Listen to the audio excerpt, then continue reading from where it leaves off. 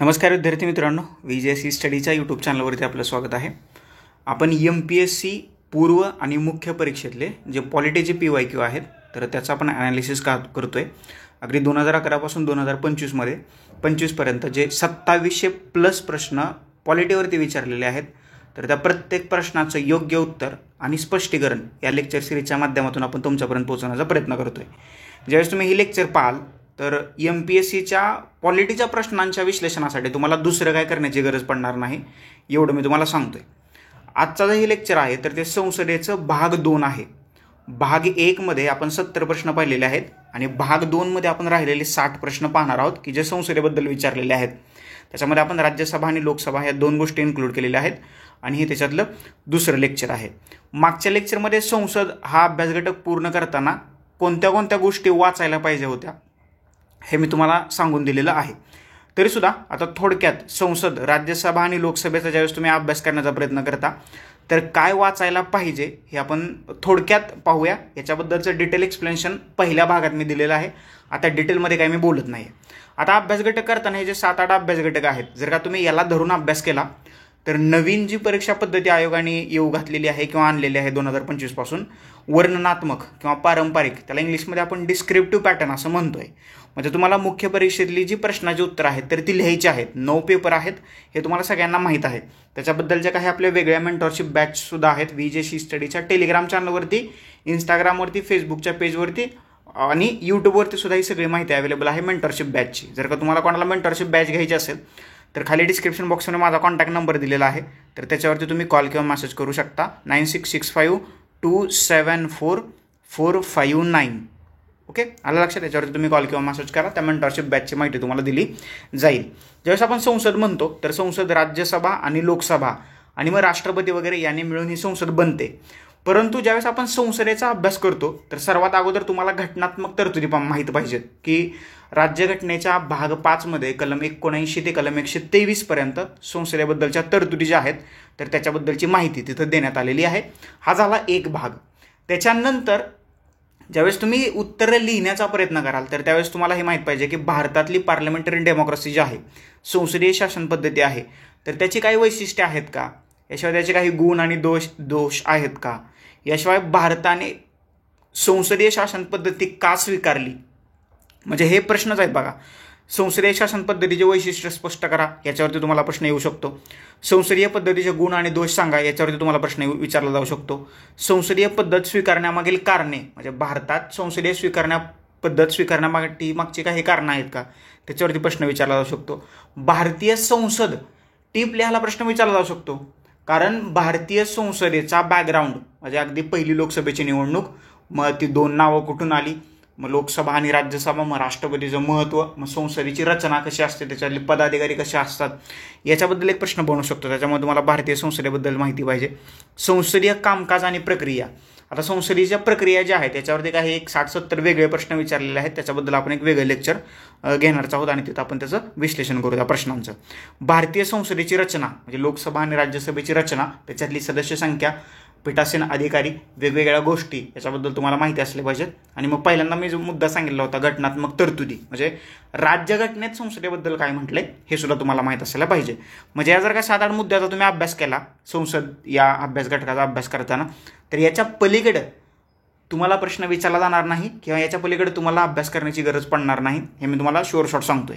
Okay, कारण जे प्रश्न आलेले आहेत तर ते याच टॉपिकवरती आधारित आलेले आहेत. आणि जर परीक्षा पद्धती बदलली असली म्हणजे पारंपरिक किंवा वर्णनात्मक झालेली असली तरीसुद्धा आयोगाच्या बाहेर तुम्हाला प्रश्न विचारण्याची शक्यता खूप कमी आहे. ज्यावेळेस UPSCच्या मुख्य परीक्षेच्या प्रश्नांचं विश्लेषण करत होतो आपण तर त्यावेळेस ही गोष्ट प्रकर्षाने लक्षात आली की या ठराविक मुद्द्यांवरतीच UPSCने प्रश्न विचारलेले आहेत. आणि जर का MPSC आणि UPSCचा syllabus as it is copy paste केला असेल किंवा स्वीकारलेला असेल तर त्या धर्तीवरती आधारित प्रश्न विचारण्याची शक्यता जास्त आहे. UPSCचे प्रश्न as it is copy paste होतील याची 0 गॅरंटी आहे, म्हणजे मी तर म्हणतो ते होणारच नाही आहेत. ओके, म्हणजे हे 2 वेगवेगळे आयोग आहेत. आणि ज्यावेळेस MPSC प्रश्न विचारेल तर महाराष्ट्रातले विद्यार्थी किंवा महाराष्ट्राचा संदर्भ त्यांच्या डोळ्यासमोर असेल. चला आपण ऑब्जेक्टिव्हबद्दल आज बोलूया आणि जे राहिलेले प्रश्न होते संसदेच्या या टॉपिकवरचे तर ते प्रश्न आपण 1 बाय 1 कव्हर करण्याचा प्रयत्न करूया. पाठीमागचा जर का भाग 1 पाहिला नसेल तर तो भाग 1 न विसरता पहा, म्हणजे तुम्हाला कंटिन्यू करता येईल. आणि भाग 2 मध्ये जे राहिलेले 60-70 प्रश्न आहेत तर त्याचं आपण विश्लेषण करू. मग हा संसद हा आपला इथं टॉपिक कमी होईल. चॅनलवरती नवीन असाल तर सर्वप्रथम चॅनल सबस्क्राईब करा. शेजारी जी बेल आयकन दिली ती प्रेस करा, जेणेकरून नवीन लेक्चरचे नोटिफिकेशन सर्वात पहिल्यांदा तुम्हाला येतील. याशिवाय सध्या VGS ई-स्टडी हा ऑनलाईन लर्निंग प्लॅटफॉर्म यूट्यूब असेल, टेलिग्राम, इंस्टाग्राम, फेसबुक आणि व्हॉट्सअप या 5 सोशल मीडियावरती आम्ही उपलब्ध आहोत. त्या 5ही सोशल मीडियाच्या लिंक्स तुम्हाला खाली डिस्क्रिप्शन बॉक्समध्ये दिलेल्या आहेत. त्या लिंकवरती क्लिक करा आणि VGS ई-स्टडी या ऑनलाईन लर्निंग प्लॅटफॉर्मला जॉईन व्हा. फ्री अँड अफोर्डेबल एज्युकेशन हे जे तत्व आहे, हे जे प्रिन्सिपल आहे, तर त्याला धरून आपण आपली वाटचाल करतोय आणि यूट्यूबवरच्या सगळे घटक अगदी आपण फ्री ऑफ कॉस्ट शिकवतोय. चला जास्त वेळ नको घालवायला, आजचा आपण पहिला प्रश्न पाहूया. पहिला प्रश्न तुमच्या स्क्रीनवरती आलेला आहे. खालील विधानं लक्षात घ्या.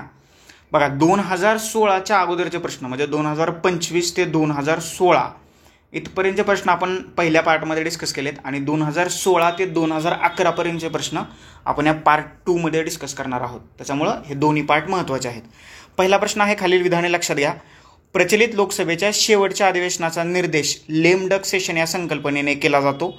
निवडणुकीनंतर नवी लोकसभा अस्तित्वात येते आणि मागील लोकसभेत शेवटचं अधिवेशन होतं त्याची संकल्पना वापरली जाते. वर्तमान लोकसभेत जे सदस्य नव्या लोकसभेत निवडून येऊ शकले नाहीत त्यांना लेम डक्स असं म्हटलं जातं. लेम डक ही संकल्पना सर्वप्रथम कॅनडाच्या संसदेत वापरण्यात आलेली आहे. तर तुम्हाला काय करायचं आहे, याच्यातली बिनचूक किंवा बरोबर विधानं कोणती आहेत तर ते तुम्हाला इथं सांगायचं आहे. आता ही जी शेवटची लाईन आहे ना, तिसरी लाईन, तर याचं उत्तर आपल्या VGS ई-स्टडीच्या टेलिग्राम चॅनलवरती मी टाकलेलं आहे. बऱ्याचशा जणांनी ती चेकसुद्धा केलं आणि मला क्रॉस चेकसुद्धा करून त्यांनी विचारलेलं आहे.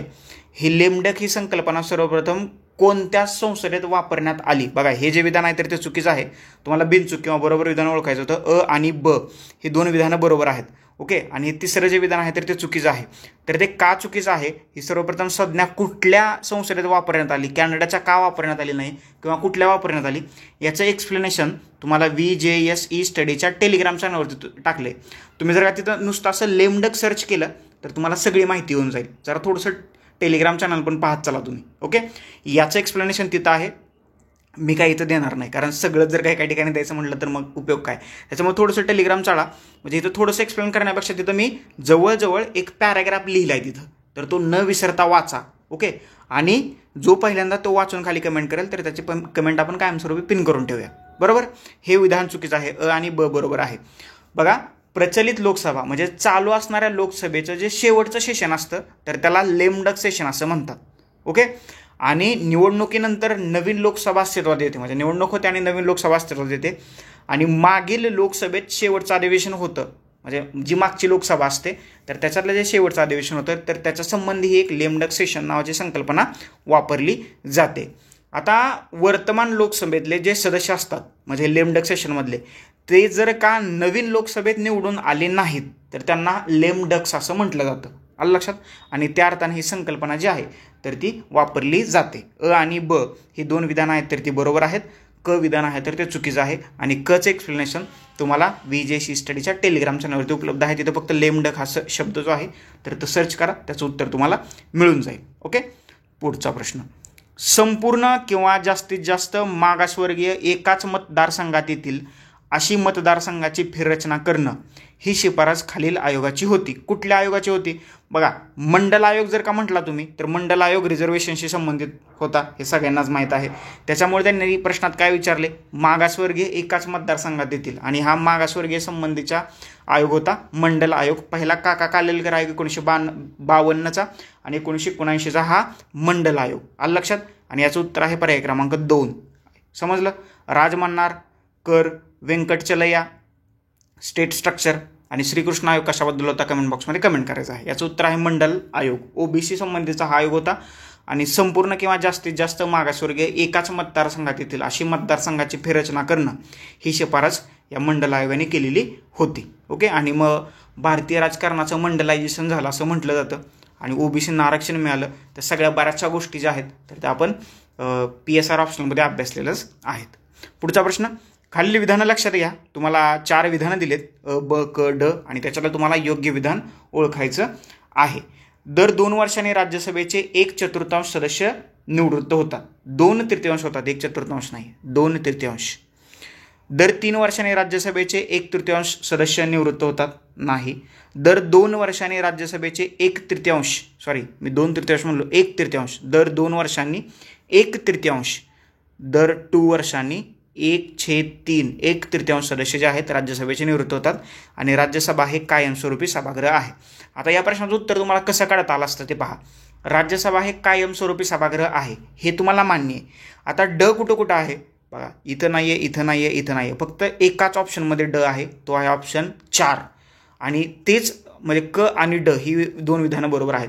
म्हणजे जर का एखाद्या प्रश्नाबद्दल जर का तुमचं कन्फ्युजन होत असेल तर कन्फ्युजन न होऊ देता उत्तरापर्यंत कसं पोचायचं त्याचा एक मार्ग आहे. म्हणजे 4 जर का वाक्य दिली असतील तर त्याच्यातलं कुठलं तरी एखादं किंवा दुसरं वाक्य शॉर्ट शॉर्ट बरोबर असतं आणि ती 2 वाक्य उत्तरात कुठं दिलेले आहेत ते पहा आणि तो ज्या पर्यायात ती 2 वाक्य आहेत तर तो पर्याय बरोबरच पकडायचा. बघा, राज्यसभा हे कायमस्वरूपी सभागृह आहे, ड एकाच ठिकाणी आहे पर्याय क्रमांक 4 मध्ये, त्याच्यामुळे पर्याय क्रमांक 4 डोळे दाखवून तुम्ही गोल करू शकता. आणि दर 2 वर्षांनी राज्यसभेचे 1/3 1/3 जे सदस्य आहेत तर ते काय होतात, निवृत्त होत असतात. आणि मग ते तेवढेच नव्याने निवडले जातं. आणि याचबरोबर राज्यसभेवरती 12 सदस्य आहेत तर ते राष्ट्रपती नियुक्त करत असतात. कला, क्रीडा, सायन्स अँड टेक्नॉलॉजी, समाजसेवा अशा वेगवेगळ्या क्षेत्रातले हे 12 सदस्य तिथं निवडले जातात. बरोबर. पुढचा प्रश्न, भारताचे संविधानातील दुरुस्तीबाबतचा पुढाकार टिंबटिंबकडून घेतला जाऊ शकतो, डॅश डॅशकडून घेतला जाऊ शकतो. म्हणजे घटना दुरुस्तीची प्रक्रिया आहे तर ती कुठल्या गृहात सुरू केली जाऊ शकते. राज्य विधिमंडळात केली जाऊ शकते का, नाही.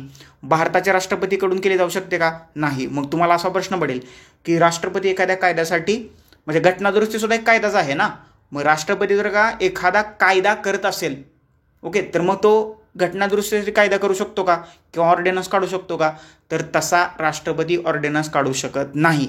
घटना दुरुस्तीसाठी राष्ट्रपतीला ऑर्डिनन्स काढण्याचा किंवा अध्यादेश काढण्याचा अधिकार देण्यात आलेला नाही. त्याच्यामुळे घटना दुरुस्तीची प्रक्रिया आहे तरी एकतर ती लोकसभेत किंवा राज्यसभेत सुरू करता येते. त्याच्यामुळे या प्रश्नाचं उत्तर आहे अ आणि ब हे जे 2 पर्याय आहेत तर ते बरोबर आहेत. त्याच्यामुळे या प्रश्नाचं उत्तर आहे पर्याय क्रमांक 2 लोकसभा आणि राज्यसभा. कुठल्याही एका सभागृहात घटना दुरुस्तीची प्रक्रिया जी आहे तर ती सुरू केली जाऊ शकते किंवा या सभागृहापैकी कुठलंही एक सभागृह पुढाकार घेऊ शकतं. राज्य विधिमंडळातून ही प्रक्रिया सुरू केली जाऊ शकत नाही. आणि घटना दुरुस्तीचं कलम किती आहे, 368. किती प्रकारे घटना दुरुस्ती केली जाऊ शकते, एकूण 3 प्रकारे. 368 मध्ये किती प्रकार आहेत, 2. 368च्या बाहेरचा प्रकार कुठला, साधं बहुमत, साध्या बहुमतानं घटना दुरुस्ती करणं, दॅट्स इट. समजलं. आणि 368 मधला पहिला प्रकार कोणता आहे, विशेष बहुमत. दुसरा प्रकार कुठला आहे, विशेष बहुमत प्लस निम्म्यापेक्षा जास्त राज्यांची मान्यता. 368 हे कलम तुम्ही लक्षात ठेवायचं आहे.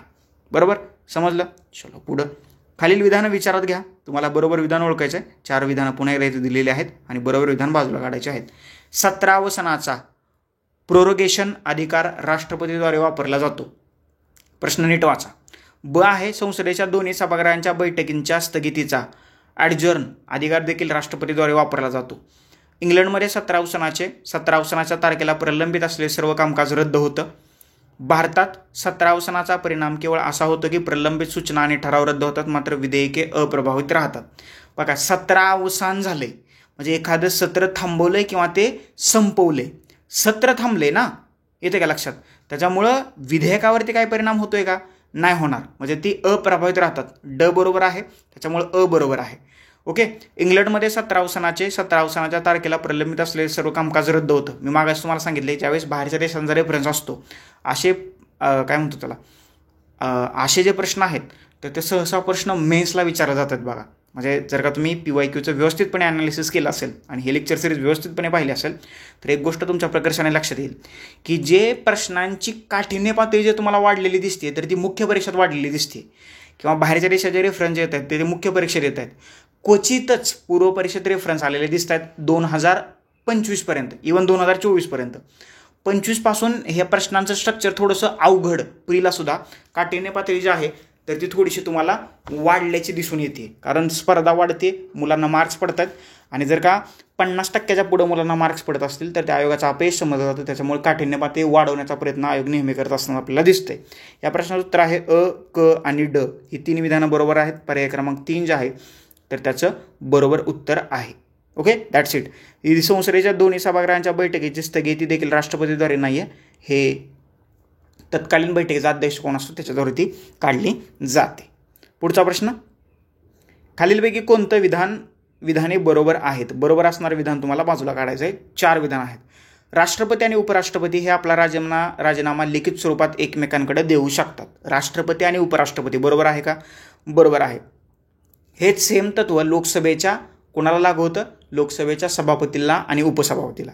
लोकसभेचे सभापती आणि उपसभापती आपला राजीनामा लिखित स्वरूपात एकमेकांकडे देऊ शकतात, हे सुद्धा बरोबर आहे. महान्यायवादी म्हणजे अटर्नी जनरल आणि सॉलिसिटर जनरल आपला राजीनामा लिखित स्वरूपात एकमेकांकडे देऊ शकतात? नाही. त्यांची नियुक्ती राष्ट्रपतीमार्फत केली जाते आणि ते आपला राजीनामा सुद्धा राष्ट्रपतींकडेच देतात, त्याच्यामुळे हे चुकीचं आहे.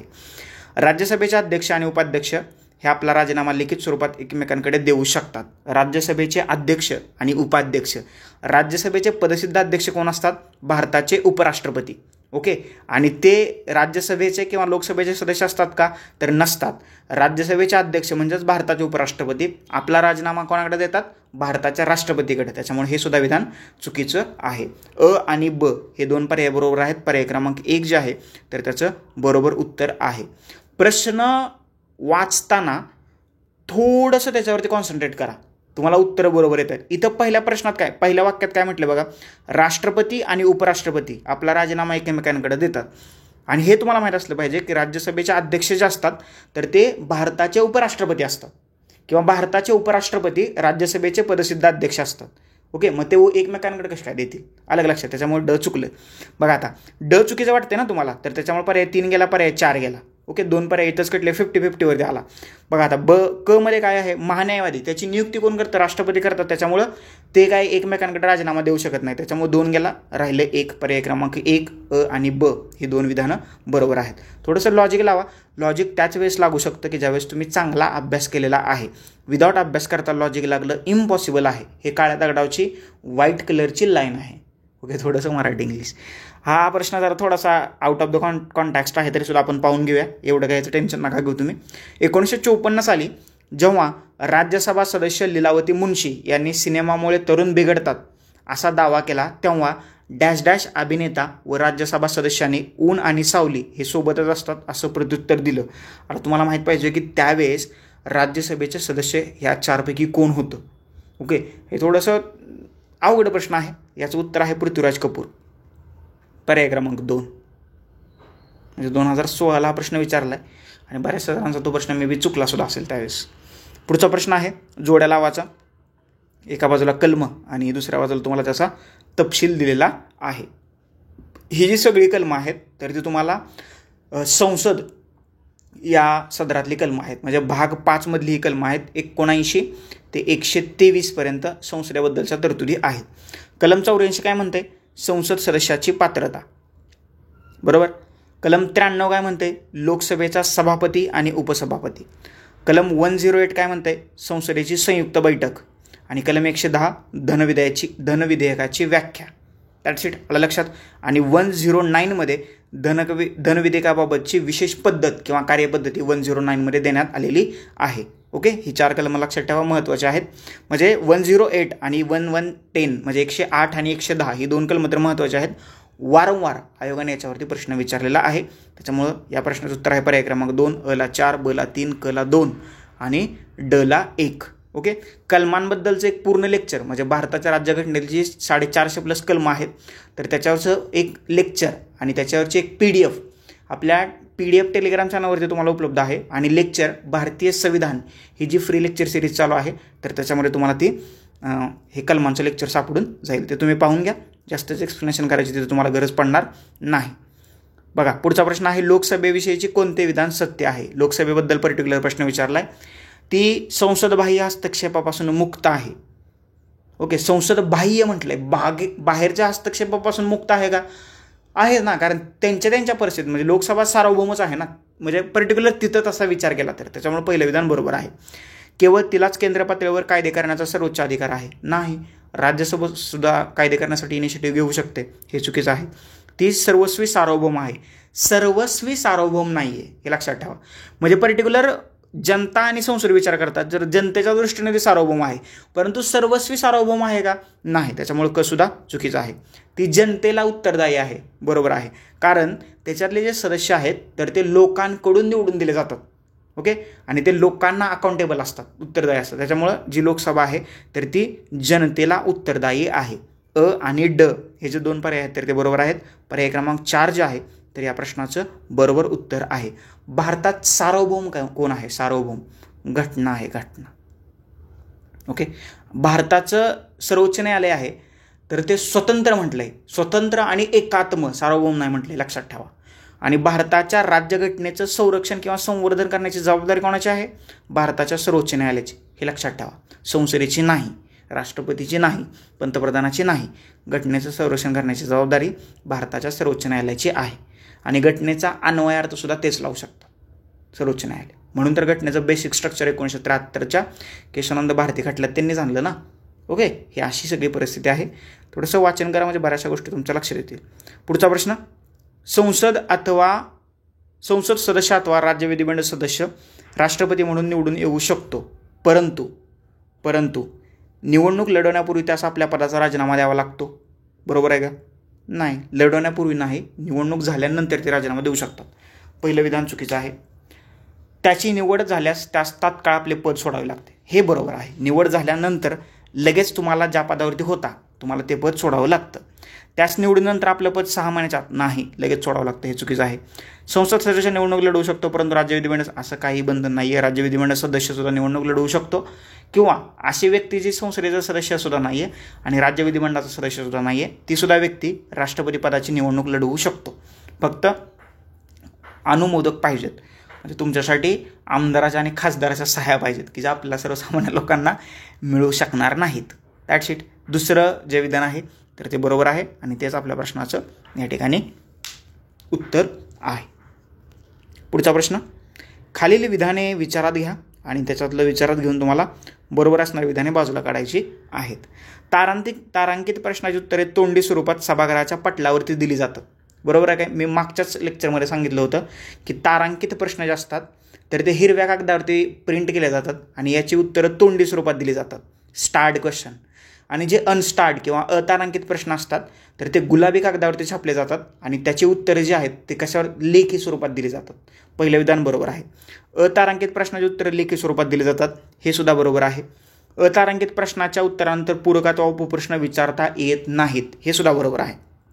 म्हणजे तुम्ही जे तारांकित प्रश्न विचारतात, तुम्ही म्हणजे संसद सदस्य, तर तारांकित प्रश्नांना पूरक प्रश्न विचारता येतात, परंतु जे अतारांकित प्रश्न आहेत ओके त्याचे उत्तरं लिखित स्वरूपात दिली जातात, तर त्यांना मात्र पूरक किंवा उपप्रश्न जे आहेत तर ते विचारता येत नाहीत. त्याच्यामुळे याचं उत्तर आहे पर्याय क्रमांक 4, अ, ब आणि क ही तिन्हीच्या तिन्ही विधानं या ठिकाणी आपल्याला बरोबर असल्याचं दिसतंय.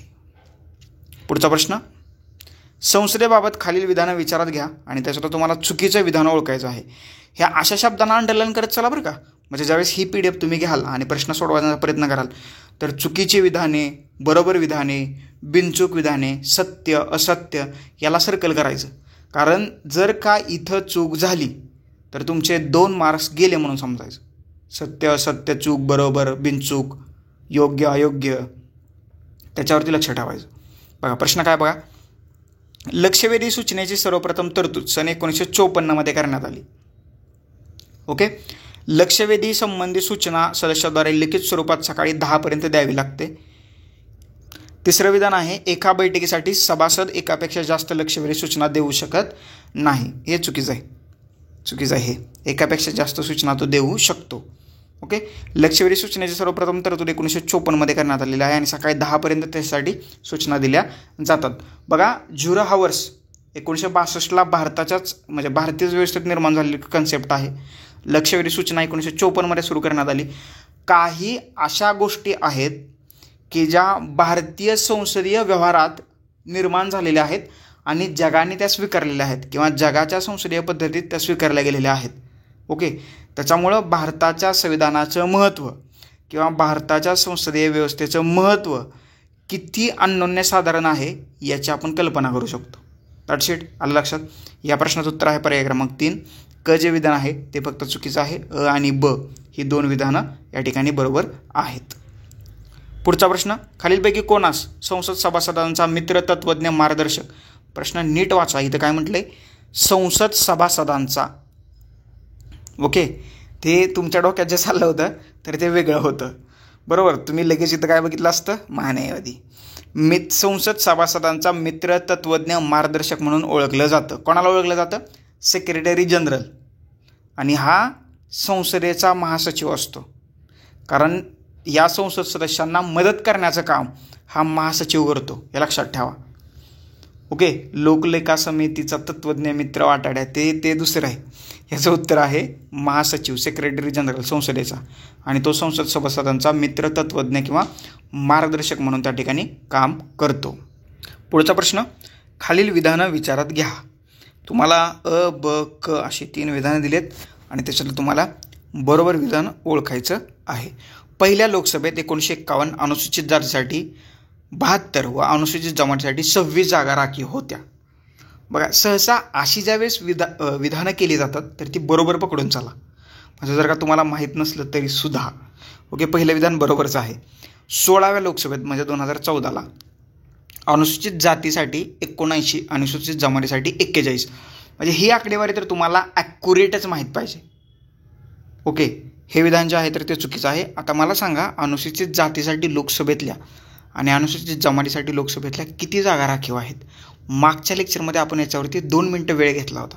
2 मिनटं त्याचं एक्सप्लेनेशन मी डिटेलमध्ये केलं आहे. म्हणजे लोकसभेत किती जागा, मग महाराष्ट्रातून लोकसभेवरती जाणाऱ्या किती जागा, हे सगळं मी तुम्हाला सांगितलं आहे. म्हणजे मागचं लेक्चर बघा किंवा पहा, ते कशासाठी म्हटलं आहे हे तुमच्या आत्ता लक्षात आलं असेल. ओके, हे विधान चुकीचं आहे. तिसरं विधान काय म्हणतं बघा, महाराष्ट्रातील एकूण 48 जागापैकी जातीसाठी 5 आणि जमातीसाठी 4 हे मात्र बरोबर आहे. अ आणि क ही 2 विधानं बरोबर आहेत. पर्याय क्रमांक 3 जे आहे तर या प्रश्नाचं अचूक उत्तर या ठिकाणी असल्याचं आपल्याला दिसतंय. ओके, पुढचा प्रश्न, पुढीलपैकी कोणते किंवा कोणती विधानं बरोबर आहेत? बरोबर विधान काढायचं. अतारांकित प्रश्नाला पूरक प्रश्न विचारता येत नाहीत. ओके, याच्याबद्दल आता आपण बोललेलं आहे. विचारते अतारांकितला कुठे विचारता येतात, त्याच्यामुळे पहिलं विधान बरोबर आहे. अल्पसूचना प्रश्न हा विचारला जात आहे याचं कारण द्यावायची गरज नसते. नाही, अल्पसूचना बघा, इथं सूचना म्हटलंय. सूचना देऊन एखादा प्रश्न विचारला जात असेल तर त्यासाठी सूचना म्हणजेच काय, त्याचं कारण असतं. त्याच्यामुळे ब चुकीचं आहे. त्याचं A1 जे आहे पर्याय क्रमांक ते फक्त विधान या ठिकाणी बरोबर असल्याचं आपल्याला दिसतंय. ओके, समजलं. बघा, इथं म्हटलं त्यांनी अल्पसूचना म्हणजे काहीतरी सूचना देऊन एखादा प्रश्न विचारला जात असेल तर त्या प्रश्नाचं कारणच ती सूचना झाली ना. त्याच्यामुळे हे दुसरं जे विधान आहे तर ते चुकीचं आहे. तर गरज नसते म्हटलंय, गरज असते. ओके, फक्त पर्याय क्रमांक 1 बरोबर आहे. विधान अ फक्त या ठिकाणी बरोबर असल्याचं आपल्याला दिसतंय. पुढचा प्रश्न, महिलांच्या लोकसभेतील प्रतिनिधित्वासंदर्भात खालील विधानं विचारात घ्या. हा प्रश्न जर आपण सोडू याशिवाय आत्ता जे महिलांना संसदेत 33% आरक्षण मिळालेलं आहे त्या दृष्टीनं भारताच्या राज्यघटनेतल्या महिलांसंबंधीच्या ज्या तरतुदी आहेत त्याच्यावरती आधारित आपण भारतीय संविधान या सिरीजमध्ये एक लेक्चर घेतलेलं आहे. ते लेक्चर तुम्ही न विसरता पहा. ते लेक्चर तुम्हाला पॉलिटीचे प्रश्न सोडवताना कामी येईल. याशिवाय मेन्समध्ये पॉलिटीचे प्रश्न लिहिताना, निबंध लिहिताना, एसेचे टॉपिक लिहिताना किंवा इंटरव्ह्यूमध्ये सुद्धा तुम्हाला ते कामी येईलच म्हणतोय मी. त्याच्यामुळे ते लेक्चर न विसरता पहा. ओके, ही माझी रिक्वेस्ट आहे. बघा, महिलांच्या लोकसभेतील प्रतिनिधित्वासंदर्भात आता 2015ची जी परिस्थिती होती तर त्याला अनुसरून हा प्रश्न त्यांनी विचारलेला आहे. पहिल्या लोकसभेत केवळ 4.4% महिला सदस्य होत्या. मी काय म्हटले मगाशी, ज्यावेळेस असे फॅक्च्युअल विधान असतात जुनी तर ती बरोबर पकडायची. हे बरोबर आहे. 16 लोकसभेत त्या 6 पट वाढलेल्या आहेत. म्हणजे 4.4% वाढून 6 पट झाले का? 2014ला नाही झालं. म्हणजे आपण 100च्या पुढे संसदेतल्या महिला आजपर्यंत कधी गेल्याच नाही आहेत. त्याच्यामुळे हे जे आहे तर हे विधान चुकीचं आहे. फक्त बरोबर विधान काढायचं होतं. 1 हे जे विधान आहे तर ते बरोबर आहे. पर्याय क्रमांक 1 त्याचं बरोबर उत्तर आहे. म्हणजे जगातल्या संसदेतल्या महिलांच्या प्रमाणाचा विचार जर का केला तरीसुद्धा ते प्रमाण कमीच आहे. आणि भारतात आजपर्यंत म्हणजे लोकसभेच्या 18 निवडणुका झालेल्या आहेत. आजपर्यंत आपण संसदेतलं महिलांचं प्रमाण, सदस्यांचं प्रमाण 100च्या पुढं घेऊन जाऊ शकलो नाही. ही शोकांतिका आहे. 140 कोटी लोकसंख्या असणाऱ्या देशात महिलांचं संसदेतलं प्रतिनिधित्व किती आहे? 80, 79, 85. ओके, अलग लक्षात, ही भयानक परिस्थिती आहे. पुढचा प्रश्न, पुढील विधानापैकी कोणतं विधान अयोग्य आहे? 4 विधानं दिलेत तुम्हाला आणि त्याच्यातलं चुकीचं किंवा अयोग्य विधान तुम्हाला शोधायचं आहे. बिहार राज्यात उत्तर प्रदेशच्या बरोबर अर्धे लोकसभा सदस्य आहेत. हा मी तुम्हाला एक मागच्या लेक्चरमध्ये काम सांगितलं होतं. आपल्या टेलिग्राम चॅनलवरती कुठल्या राज्यातून लोकसभेवरती, म्हणजे भारतातली जी 28 राज्य आणि 8 केंद्रशासित प्रदेश आहेत, तर त्याच्यातून लोकसभेवरती आणि राज्यसभेवरती किती सदस्य निवडून दिले जातात किंवा किती प्रतिनिधी निवडून दिले जातात, त्याचा एक चार्ट आपण VJC स्टडीच्या टेलिग्राम चॅनलवरती टाकलेला आहे आणि तो तुम्हाला वाचायला सांगितला होता. तर वाचायला असेल तर वेल अँड गुड, नसेल वाचलं तर अजून एकदा वाचा. हा प्रश्न त्याच्यावरतीच आधारित आहे. बिहार राज्यात उत्तर प्रदेशच्या बरोबर अर्धे लोकसंख्या सदस्य आहेत. ओके, अयोग्य विधान आपल्याला ओळखायचं आहे. उत्तर प्रदेशची लोकसभेची सदस्य संख्या आहे 80 आणि बिहारमध्ये लोकसभेची सदस्य संख्या आहे 40. पहिलं वाक्य बरोबर आहे. केरळ राज्यात बिहारच्या बरोबर अर्धे लोकसभा सदस्य आहेत. ओके, केरळमध्ये लोकसभेची सदस्य संख्या आहे 20, बिहारमध्ये आहे 40. त्याच्यामुळे दुसरं सुद्धा विधान बरोबर आहे. तिसरं काय म्हणतंय, हरियाणा राज्यात केरळच्या बरोबर अर्धे लोकसभा सदस्य आहेत. केरळची सदस्य संख्या आहे 20 बरोबर आणि हरियाणाची सदस्य संख्या आहे 10. हरियाणा राज्यात केरळच्या बरोबर अर्धे म्हटलं त्यांनी. ओके, त्याच्यामुळं हे सुद्धा विधान बरोबर आहे. त्याच्यामुळे याचं उत्तर आहे पर्याय क्रमांक 4. एकही विधान चुकीचं नाही. वरची तिन्हीच्या तिन्ही विधानं या ठिकाणी आपल्याला बरोबर असल्याचं दिसतंय. ओके, समजलं, आलं लक्षात? That's it. पुढं हा जो प्रश्न आहे तर हा प्रश्न कॅन्सल केला आयोगाने. हॅशटॅग या कॅटेगरीतला जातो, त्याच्यामुळे आपण ही काय प्रश्न घेणार नाही आहे. उगाच मी तुम्हाला याचं एक्सप्लेनेशन द्यायचो आणि ते काहीतरी दुसरं यायचं, कारण राज्यांची लोकसभेच्या जागांमधली तुम्ही ते एकदा चार्ट पाहून घ्या. म्हणजे का हॅशटॅग केला आहे तुमचा तिथं लक्षात येईल. पुढचा प्रश्न, राज्यसभा आणि लोकसभा यांच्या निवडणुकाबाबत पुढीलपैकी कोणत्या गोष्टी समान आहेत? निवडणुकाबाबत म्हटले त्यांनी. राज्यसभा आणि लोकसभेची निवडणूक. 18 वर्ष पूर्ण केलेले नागरिक व व्यक्ती ही मतदार असते? नाही, राज्यसभेला आपण मतदान करू शकत नाही. पहिलंच विधान गेलं. ओके, आपलं काय करायचं आहे, कोणत्या गोष्टी समान असतात त्यांनी विचारले. कुठं कुठं आहे? कुठं कुठं आहे? इथं आहे, इथं आहे आणि इथं आहे. ओके, चुकीचंच आहे, त्याच्यामुळे तो विषय संपला. आपलं उत्तर काय आहे? पर्याय क्रमांक 4. म्हणजे एक जर का विधान चुकीचं आहे का बरोबर आहे ते समजलं, त्याच्यावरून सुद्धा तुम्ही उत्तरापर्यंत पोहोचू शकता. विजयी उमेदवाराला अर्ध्याहून अधिक मते मिळवावी लागतात, बरोबर आहे. ओके, आपला काय गोष्टी समान आहेत ते सांगितलं. हां, हे सुद्धा चुकीचं आहे, कारण राज्यसभेची निवडणूक जी आहे तर एकल संक्रमणीय पद्धतीने होते, त्याच्यामुळे ते चुकीचं आहे. प्रत्येक मताला समान मूल्य असतं, नाही, हे सुद्धा चुकीचं आहे. आणि ह्या दोन्ही निवडणुका भारतीय निवडणूक आयोग घेतो, हे मात्र बरोबर आहे. That's it. राज्यसभा, लोकसभा, विधानसभा, राष्ट्रपती आणि उपराष्ट्रपती या निवडणुका घेण्याचं काम जे आहे तर भारताचा निवडणूक आयोग करतो. आणि 2025मध्ये या निवडणूक आयोगाच्या स्थापनेला 75 वर्ष पूर्ण झालेली आहे, ते लक्षात ठेवा. 25 जानेवारी 1950 रोजी निवडणूक आयोगाची स्थापना झाली होती आणि 1952मध्ये भारताच्या लोकसभेची पहिली निवडणूक पार पडली आणि 2024मध्ये भारताच्या लोकसभेची 18वी निवडणूक पार पडली. लक्षात ठेवा. That's it. समजलं, आलं लक्षात? पुढे जाऊया. योग्य जोड्या तुम्हाला जुळवायच्या आहेत. लोकप्रतिनिधित्व अधिनियम सगळ्यांनाच माहीत आहे, 1950-51. ओके, त्याच्यानंतर राष्ट्रपती उपराष्ट्रपती निवडणूक अधिनियम त्यांनी विचारले. हे पहिल्यांदाच तुम्ही ऐकलं असेल, मे बी म्हणतोय 1952. पुनर्रचना मतदारसंघ अधिनियम, पुनर्रचना लेटेस्ट त्यांनी कधीचा विचारला आहे 2002. संसद अपात्रता प्रतिबंध अधिनियम 1959 आणि हे लोकप्रतिनिधी 1950. तर अशा रीतीनं या प्रश्नाचं उत्तर असायला पाहिजे पर्याय क्रमांक, एक मिनटं चेक करू, पर्याय क्रमांक 2. अला 2, बला 3, कला 4, डला 1. लक्षात? पर्याय क्रमांक 2 त्याचं बरोबर उत्तर आहे. पुढचा प्रश्न, खालील विधानं विचारात घ्या आणि त्याच्यात तुम्हाला बरोबर विधान कोणतं आहे ते सांगायचं आहे किंवा बरोबर विधान ओळखायचं आहे. अधिकृत विरोधी पक्ष व विरोधी पक्षनेता यांना सर्वप्रथम 1977मध्ये मान्यता देण्यात आली. 77 नाही आहे, 1969मध्ये. हे लक्षात ठेवा. पहिलं विधान चुकीचं आहे.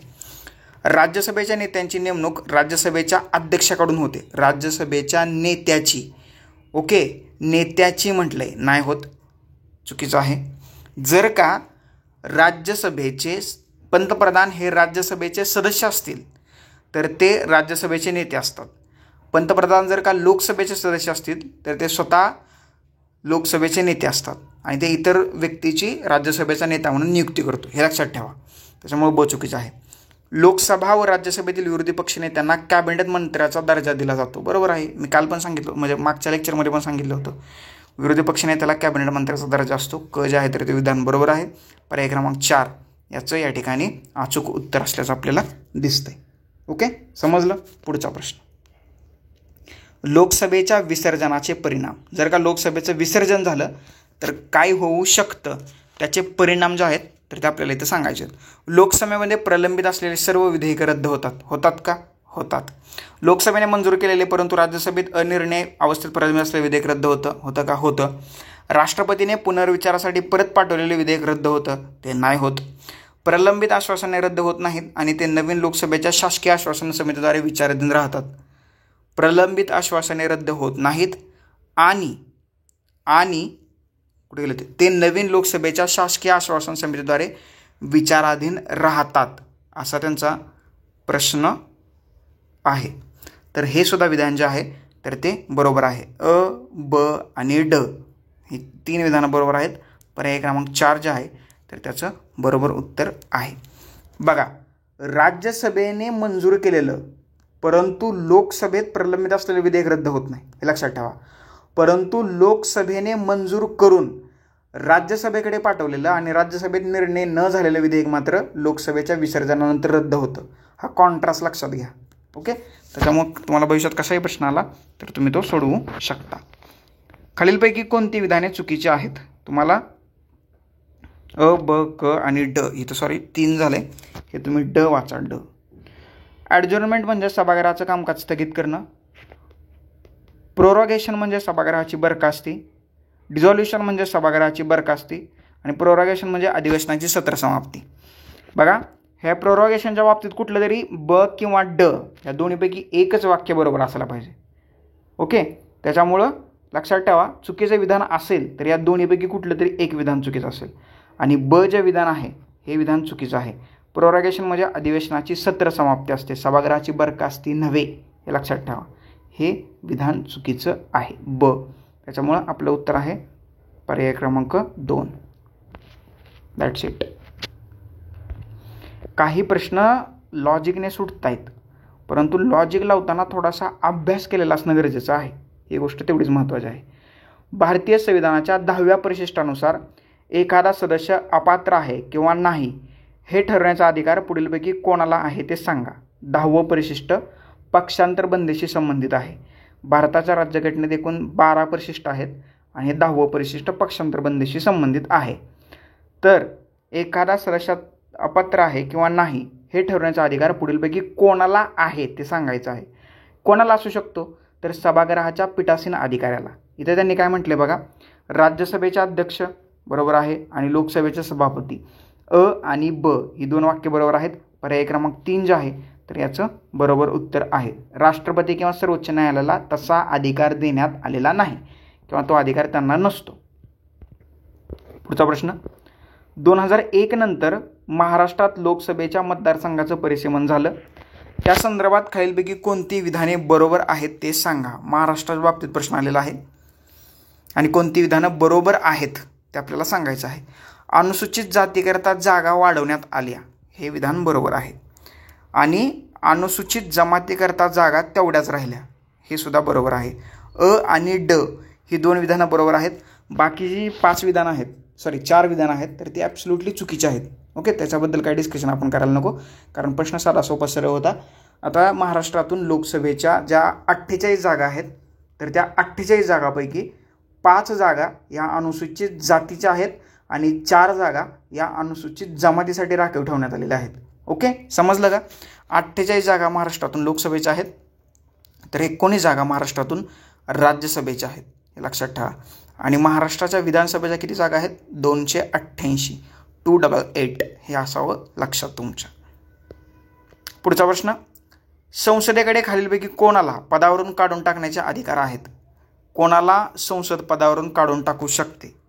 ओके, महालेखापालाला काढून टाकू शकते, मुख्य निवडणूक आयुक्ताला काढून टाकू शकते, सर्वोच्च न्यायालयाच्या न्यायाधीशाला काढून टाकू शकते, उच्च न्यायालयाच्या न्यायाधीशाला काढून टाकू शकते. अ, ब, क आणि ड हे 4 ऑप्शन बरोबर आहेत. बघा, जी व्यक्ती किंवा जी संस्था ज्या व्यक्तीची नियुक्ती करते तर त्याच व्यक्तीला सहसा संबंधित व्यक्तीला पदावरून दूर करण्याचा अधिकार असतो.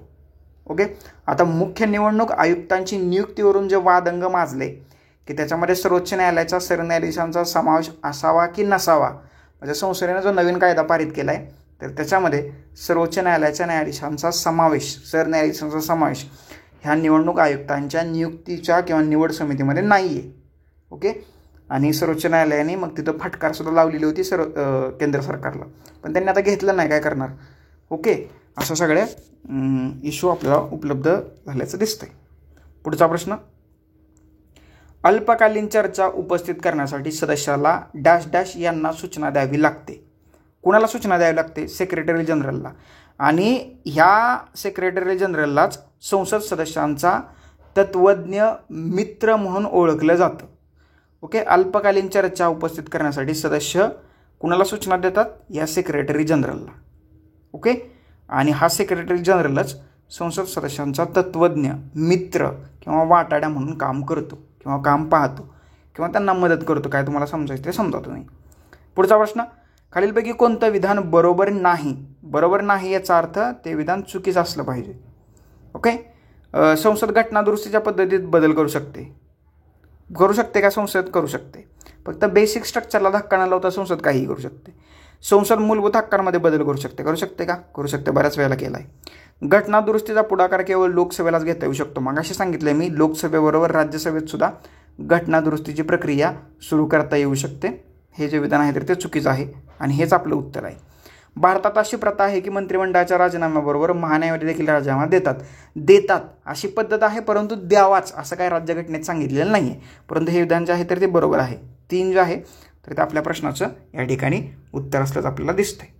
पुढचा प्रश्न, लोकसभेचा सदस्य प्रतिनिधी तारांकित आणि अतारांकित अशा दोन्ही प्रकारचे डॅश डॅशपेक्षा जास्त प्रश्न विचारू शकत नाही.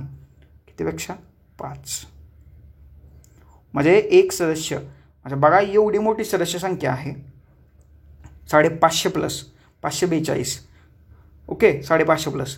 तर म्हणजे दररोज जर का सगळ्यांनीच प्रश्न विचारायचा प्रयत्न केला, ओके, म्हणजे तारांकित आणि अतारांकित प्रश्न पकडून प्रत्येक दिवशी संसद सदस्य 5पेक्षा जास्त प्रश्न विचारू शकत नाही. ही गोष्ट लक्षात ठेवा. पर्याय क्रमांक 3 जे आहे तर त्याचं या ठिकाणी बरोबर उत्तर असल्याचं आपल्याला दिसतंय.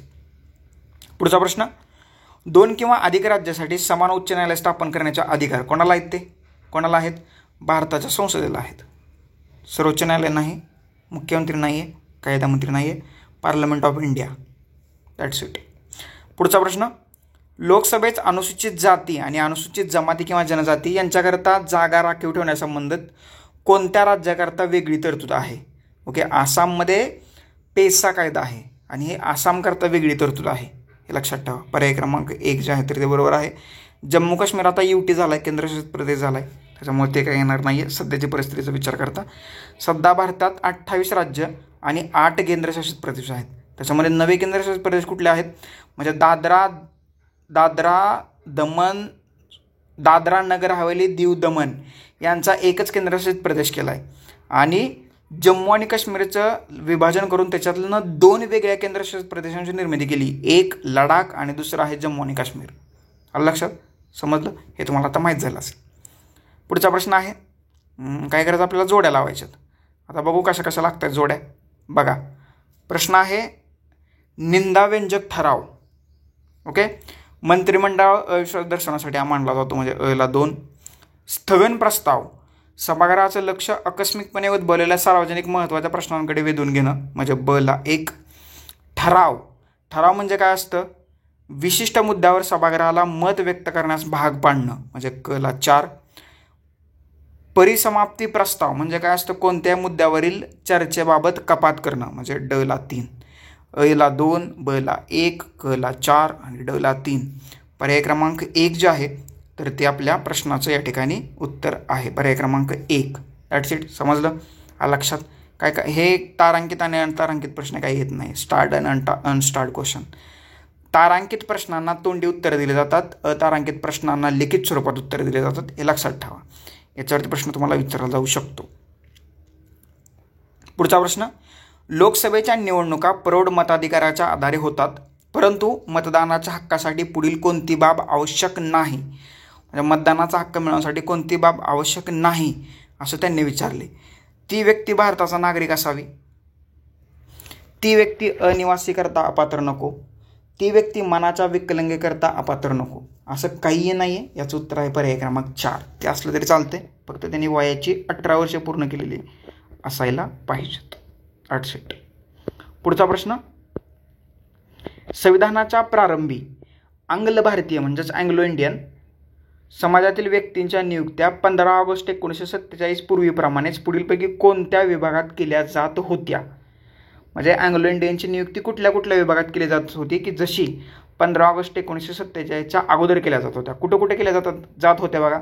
एक रेल्वेत केल्या जात होत्या, एक डाक आणि तार विभागात केल्या जात होत्या, आणि कुठं सीमाशुल्क विभागात केल्या जात होत्या. अ, ब आणि ड. पर्याय क्रमांक 3 आपलं उत्तर आहे. हा प्रश्न काय परत विचारणार नाही, कारण खूप जुना प्रश्न आहे 2013चा, आणि तो सुद्धा मुख्याला विचारला आहे. त्यामुळे आता हा रिपीट होण्याची शक्यता 0% आहे. करूच ना हा प्रश्न. पुढचा प्रश्न, योग्य कथन ओळखायचं तुम्हाला. 2 कथनं दिलेली आहेत.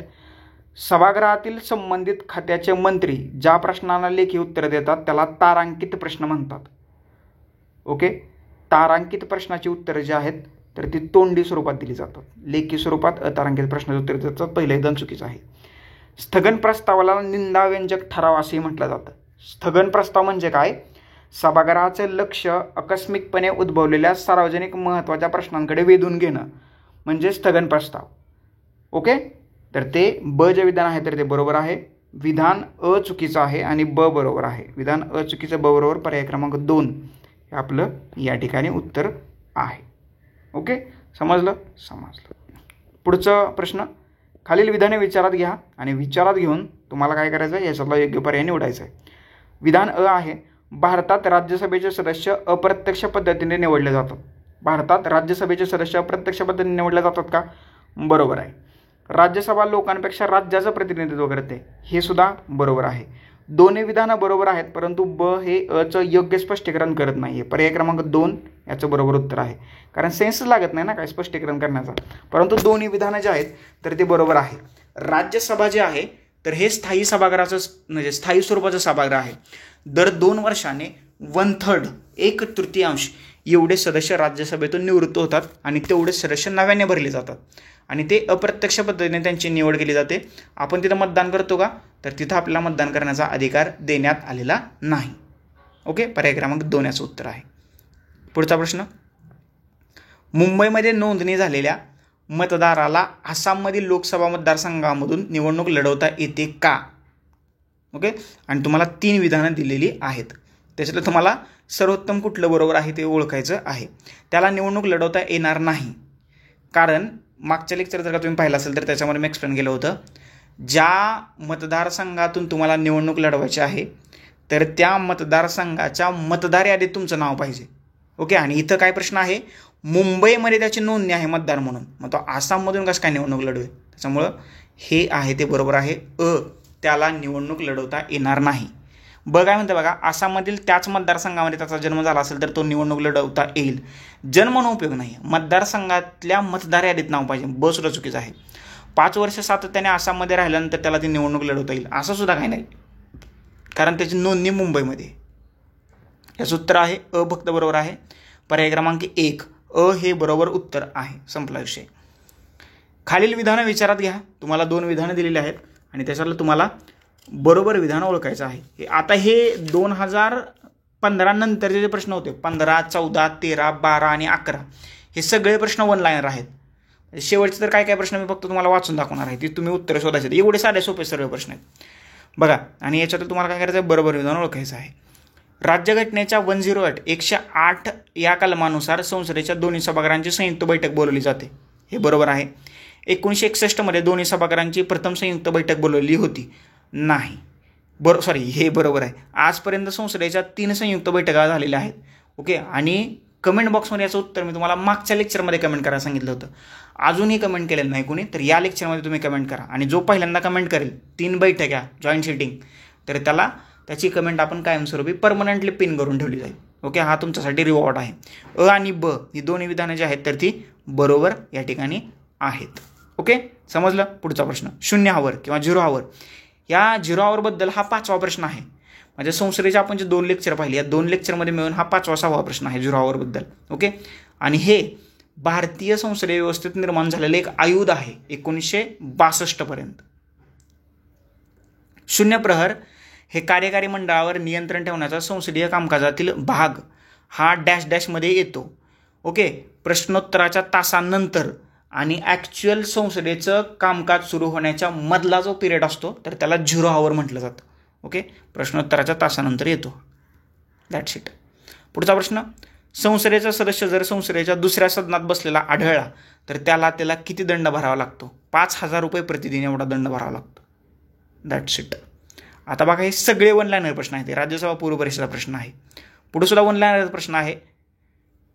राज्यघटनेच्या कलम 82 मधील सध्याच्या तरतुदीप्रमाणे राज्यांमध्ये लोकसभेच्या जागांचं समायोजन यापुढे कोणत्या वर्षानंतर होऊ शकतं? म्हणजे लोकसभेतल्या जागा, म्हणजे ही 82 मध्ये काही लोकसभेच्या रचनाबद्दल माहिती दिलेली आहे. म्हणजे लोकसभेतल्या जागा आहेत तर त्या 2026 पर्यंत ॲज इट इज राहणार आहेत. आणि 2026 नंतर जी पहिली जनगणना होईल त्याच्यानंतर जे आकडेवारी येतील तर त्याच्यावरती आधारित हे विभाजन केलं जाणार आहे. त्याच्यामुळे या प्रश्नाचं उत्तर आहे पर्याय क्रमांक 3, 2026 पर्यंत. ओके, आलं लक्षात. That's it. पुढचा प्रश्न जरा थोडासा लेंदी केला त्यांनी, कारण मुख्य परीक्षेचा प्रश्न आहे. संसद सदस्याच्या राजकीय पक्षाच्या इतर राजकीय पक्षाशी विलिनीकरणासंदर्भात कोणतं विधान बरोबर नाही असं त्यांनी सांगितले. म्हणजे चुकीचं विधान आपल्याला ओळखायचं आहे, बरोबर नसलेलं. संसद सदस्य ज्या पक्षामध्ये विलीनीकरण झालं आहे त्या पक्षाचा सदस्य बनतो. बरोबर आहे का? तर बरोबर आहे. जर विलिनीकरण मान्य नसेल तर सदर सदस्य अपात्र ठरतो. बरोबर आहे का?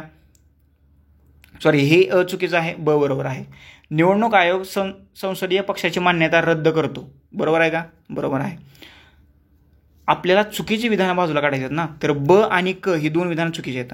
हे बरोबर म्हणजे हे उत्तर म्हणून बरोबर आहेत. ब आणि क ही 2 विधानं चुकीची आहेत. पर्याय क्रमांक 4 जे आहे तर त्याचं बरोबर उत्तर या ठिकाणी असल्याचं आपल्याला दिसतंय. ओके, अ बरोबर आहे आणि ड सुद्धा बरोबर आहे. संसदीय पक्षाच्या 2/3 सदस्यांनी जर विलिनीकरण मान्य केलं तरच ते घडतं.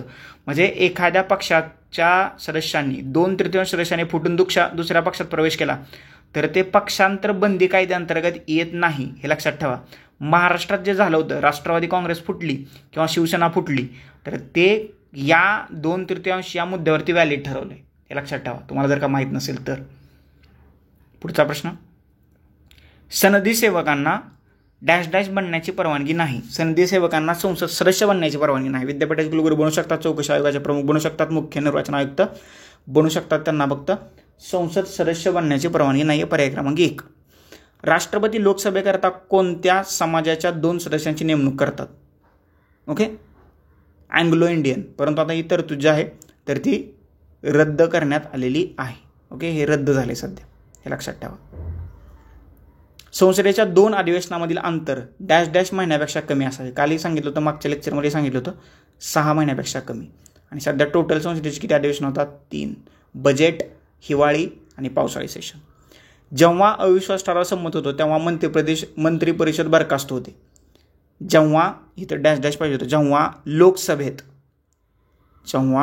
लोकसभेत अविश्वास ठराव, no confidence motion, no CM संमत होतो तेव्हा मंत्री परिषद बरखास्त होते. जेव्हा लोकसभेत अविश्वास ठराव संमत होतो तेव्हा मंत्री परिषद बरखास्त होते.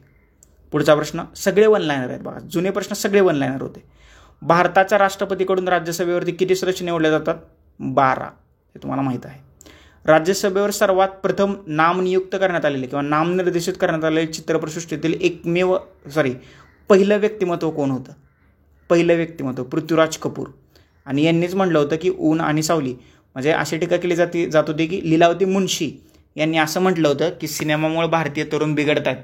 तर त्यावेळेस पृथ्वीराज कपूर यांनी असे स्टेटमेंट केलं होतं की ऊन आणि सावली सोबतच असतात. याचा अर्थ काय की तुम्हाला बघायचं आहे की नाही, इट्स युअर ओन चॉईस.